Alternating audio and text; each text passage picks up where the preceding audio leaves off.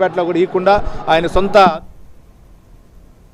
రాష్ట్రంలో పేదలకు పెత్తందారులకు మధ్య యుద్ధం మొదలైందని గుంటూరు మాజీ మంత్రి రావెల కిషోర్ బాబు అన్నారు.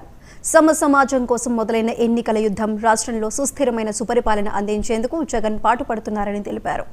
ఎన్నికల్లో అంతిమ విజయం సీఎం జగన్ దేనని ధీమా వ్యక్తం చేశారు. మెజారిటీ 95% వెనుకబడిన వర్గాలకు జరిగేటువంటి ఒక ఎన్నికల రణరంగం. పెత్తందారీ వ్యవస్థకు ఈ వ్యవస్థలో మార్పు రావాలి, అందరికీ సమాన అవకాశాలు రావాలన్నటువంటి సమసమాజ మానవతావాదులకు మధ్య జరుగుతున్నటువంటి ఒక ఎన్నికల యుద్ధం.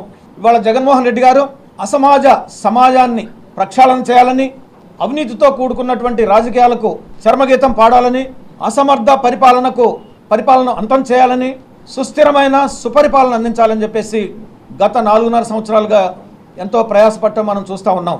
ఆ రోజు బాబాసాహెబ్ డాక్టర్ అంబేద్కర్ మన రాజ్యాంగాన్ని ఆమోదించుకుంటున్నటువంటి రోజున రాజ్యాంగ సభలో భవిష్యత్ పాలకులకు ఒక హెచ్చరిక చేశారు. బ్రిటిష్ వాళ్లను మనం తరిమేసి స్వతంత్రాన్ని సాధించుకున్నాం. ఈ రాజ్యాంగాన్ని మనం ఇవాళ ఆమోదింపజేసుకుంటా ఉన్నాం. ఈ స్వతంత్రం ద్వారా, ఈ రాజ్యాంగం ద్వారా రాజకీయ సమానత్వాన్ని సాధించాం. ఒక మనిషి ఒక ఓటు ఒక విలువ అనేది సాధించాం. అయితే సామాజిక ఆర్థిక రంగాల్లో, విద్యా రంగంలో, ఇంకా అనేక రంగాల్లో అసమానతలు కనిపిస్తూ ఉన్నాయి.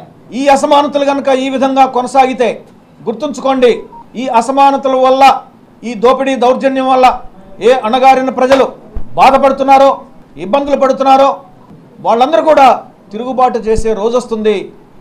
ఆ రోజున మనం కష్టపడి సంపాదించుకున్నటువంటి స్వతంత్రం పోగొట్టుకుంటాం, చేజార్చుకుంటాం. ఈ ప్రజాస్వామ్య వ్యవస్థలు కుప్పకూలిపోతాయని చెప్పేసి ఆ రోజు బాబాసాహెబ్ డాక్టర్ అంబేద్కర్ 1949లోనే ఆయన హెచ్చరిక చేశారు.